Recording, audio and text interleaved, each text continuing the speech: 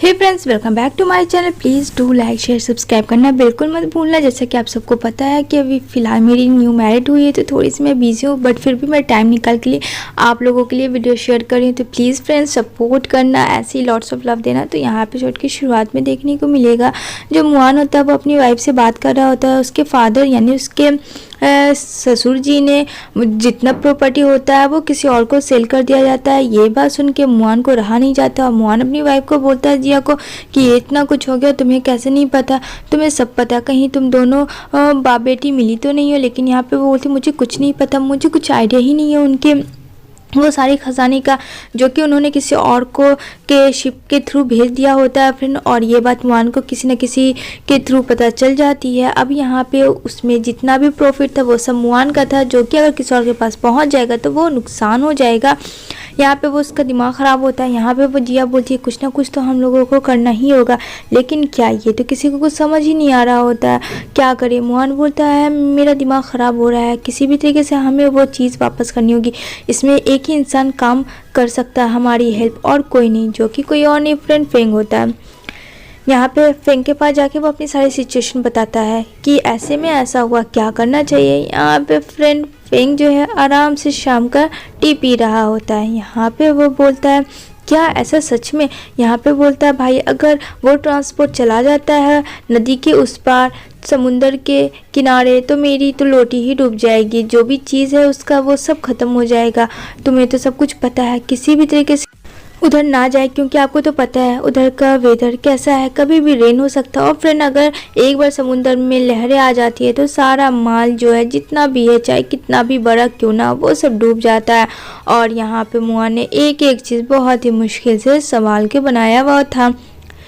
अब यहाँ पे फेंग बोलता है तो ये बात तुम्हें किसने बताया। यहाँ पे बोलता है कि वो तो मुझे बस पता चला। यहाँ पे कहता है मैं कुछ भी अपना लॉस नहीं कर सकता हूँ भाई, मेरी लाइफ का हर एक चीज़ उसमें है। मैंने अपना जितना भी ऑनेस्ट वाला काम किया, हर एक चीज़, वो तो झूठ झूठ जो भी दिल में आ रहा था फ्रेंड वो फेंग को बता रहा था।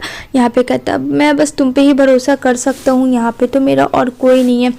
यहाँ पे फेंग बोलता हाँ मेरे भाई, मैं तो तुम्हारा भाई हूँ, मैं हेल्प कर सकता हूँ, लेकिन इसके लिए पैसे बहुत ज़्यादा खर्च होंगे।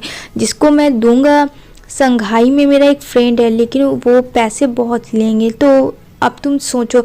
यहाँ पे कहता है प्राइस की बात बिल्कुल भी मत करो, तुम्हें जो चाहिए जितना चाहिए वो मैं दूंगा, बस वो जो शिप है वो वापस इधर बुला लो।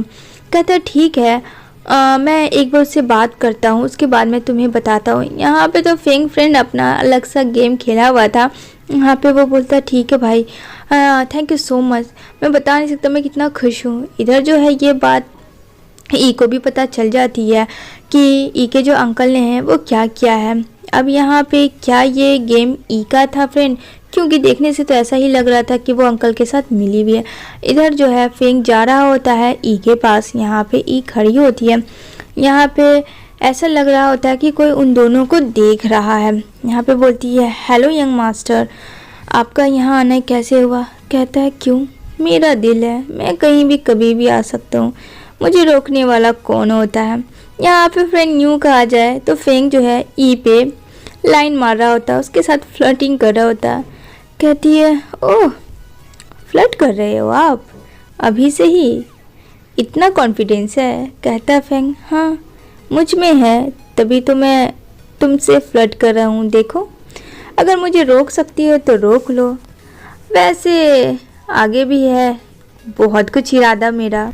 और फ्रेंड यहाँ पे होल से जो कि देख रहा होता है मुआन इन दोनों को, उसे ये देख के तो रहा नहीं जाता है, लेकिन उनकी वो सारी बातें सुनना भी चाहता था कि आखिर ये दोनों क्या बातें करें। लेकिन फ्रेंड ऐसा तो कोई बात था ही नहीं। तभी यहाँ पे ये जाने लगती है, उसका ड्रेस फंसता है और यहाँ सीधा एंट्री होती है फेंग की बाहों में। और यहाँ पे फेंग के पास वो उसे पकड़ लेती है, वो भी उसे पकड़ता है और कहता है अरे थोड़ा ध्यान से, अगर मैं ना होता तो पता है तुम्हारा क्या होता। इन दोनों के बीच में बहुत ही यूनिक सा आई कांटेक्ट होता है। तो तो फ्रेंड्स जैसे ये दोनों देख ही रहे होते हैं तो कबाब में हड्डी मुआन आ जाता है और क्लैप करने लगता है कि आपने मेरी लेडी को बचा लिया, अगर आप नहीं आते तो पता नहीं इसका क्या होता। मैं हमेशा इसको कहता हूँ कि देख के चलो, पर ये ध्यान ही नहीं देती है खुद का। अब आप ही कुछ है इसे समझाइए भाई। तो जल्दी से वो हटती है। यहाँ पे फेंग उसे खड़ा करता है और कहता है क्या ये सही बोल रहा है? अरे ध्यान से चलो, तुम्हारा बहुत ज़्यादा ज़रूरत है अभी, समझ में आ रही ना बात? अगर तुम्हें कुछ हो जाएगा तो पता है ना मुआन का क्या होगा, अपना केयरफुल रहा करो। तो फ्रेंड्स यहाँ पे मुआन को तो नहीं लेकिन वो खुद के बारे में ज़रूर कह रहा होता है। तो ये कहती है खुद से, ये इंसान भी ना कहीं भी किसी के साथ फ्लर्टिंग कर लेता है, इसका कुछ नहीं हो सकता है। यहाँ पे वो उसे घूरती है। यहाँ पे फेंग भी समझ जाता है उसके दिल की बात। यहाँ पे कहती है जी आगे से मैं ध्यान रखूँगी, ऐसा कुछ नहीं होगा। इधर जो है फ्रेंड मुआन बहुत ज़्यादा फ्रस्ट्रेट हो जाता है एंड वो काफ़ी ड्रिंक कर रहा होता है। यहाँ पे ई बोलती है कि इतना ड्रिंक मत करो, ये अच्छा नहीं है। यहाँ पे कहता है यू नो व्हाट, मैं बहुत ज़्यादा फ्रस्ट्रेट हो चुका हूँ। एक तो उसका जो डील था शिप का वो कहीं और चला गया, और सेकंड पॉइंट रीज़न ये था फ्रेंड्स कि उसकी वाइफ जिसको वो बहुत ज़्यादा प्यार करता वो किसी और की बाहों में थी। ये चीज़ उसे बिल्कुल गवारा नहीं होता है मुआन को। मुआन उसे कहता है पकड़ के हाथ, तुम मेरी हो ना, तो तुम फिर किसी और के साथ कैसे जा सकती हो? यहाँ पे वो बोलती है मैंने ऐसा कब किया? यहाँ पे वो उसे बहुत ज़्यादा कस के स्लैप करता है और पूरा उसके माउथ से ब्लड गिरता है। कहता है मेरे भाई की बाहों में तुम थी, तुम्हें पता है मुझे क्या फील हो रहा था? मैं तुम्हें बताऊं? यहाँ पे वो बोलती है मैं बस गिर रही थी, उसने मुझे पकड़ा और कुछ भी नहीं। कहता नहीं, तुम उसके प्यार में पागल हो चुकी हो, ये मुझे साफ साफ दिखता है। यहाँ पे कहती है नहीं मुआन तुम गलत सोचो, अगर ऐसा होता तो मैं तुम्हारे पास कभी आती नहीं, तुम्हारी वाइफ कभी बनती ही नहीं। लेकिन यहाँ पे वो कहता मैं बहुत ज़्यादा जेलस होता हूँ, उसे बहुत ज़्यादा मारता है, फिर उसके पूरे फेस पे दाग हो जाता है। जो कि अभी ये चीज़ फेंग को तो बिल्कुल नहीं पता चला। अगर फेंग को पता चल गया कि उसकी प्रिंसेस पे एक खरोच भी आया तो पता नहीं मुआन का क्या हश्र करेगा।